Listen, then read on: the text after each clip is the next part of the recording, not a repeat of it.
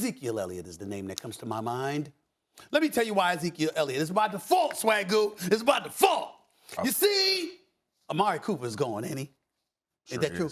Ain't Michael Gallup hurt right now? He going to miss like the first 4 to 6 weeks of the season. Ain't that true?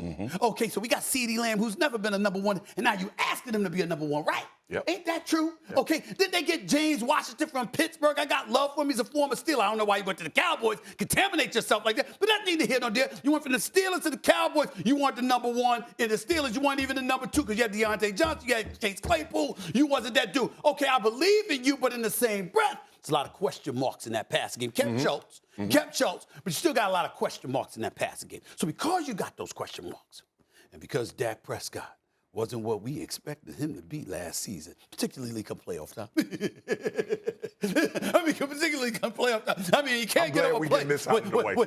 When the Kansas City Chiefs can drive down the field and get in the field goal range in 13 seconds, but you can't even get off a snap in that time. It's a problem. It's a problem. Then you take these things into consideration. Here's what I'm saying, all right?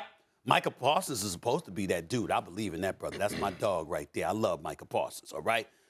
Marcus Lawrence and the crew, they got a good defense. Trayvon Diggs, we know what he can bring to the table, even though those highlights of him getting burnt in practice ain't the most flattering thing in the world. But that's practice on. So we all know what Trayvon Diggs brings to the equation.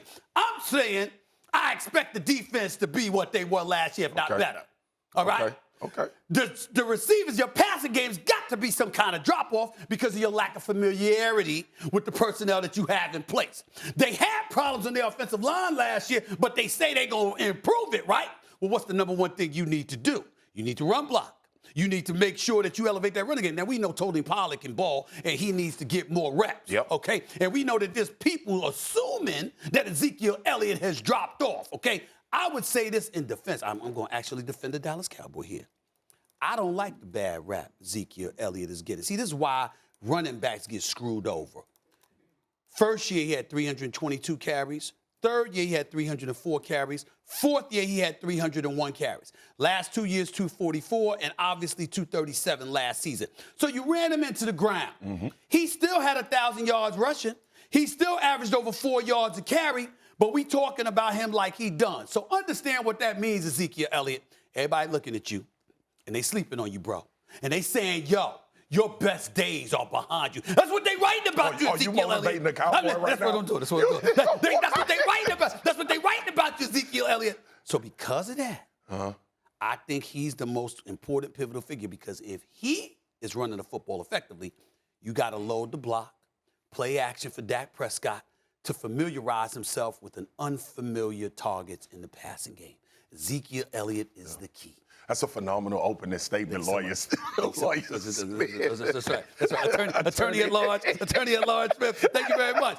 If I wasn't doing that, I would have been a criminal. If I wasn't doing this so successfully, I might add, I would have been a criminal lawyer. So that makes sense. Yeah, but the judge, the jury, and everybody in the courtroom knew you was gonna say that. That's the problem with your argument. Did they say that? They didn't know say that. Everybody knew you was going to Ezekiel Elliott. Everybody knew that. They didn't know that. I'm gonna go to where it really matters, and that's Tyron Smith on this offensive line. There you go with him again. Listen. You got this big man bowling. That's what this is about. Big man bowling. You know it. Make sure you check it out. Know it. Big man I will bowling. ask you this. Right.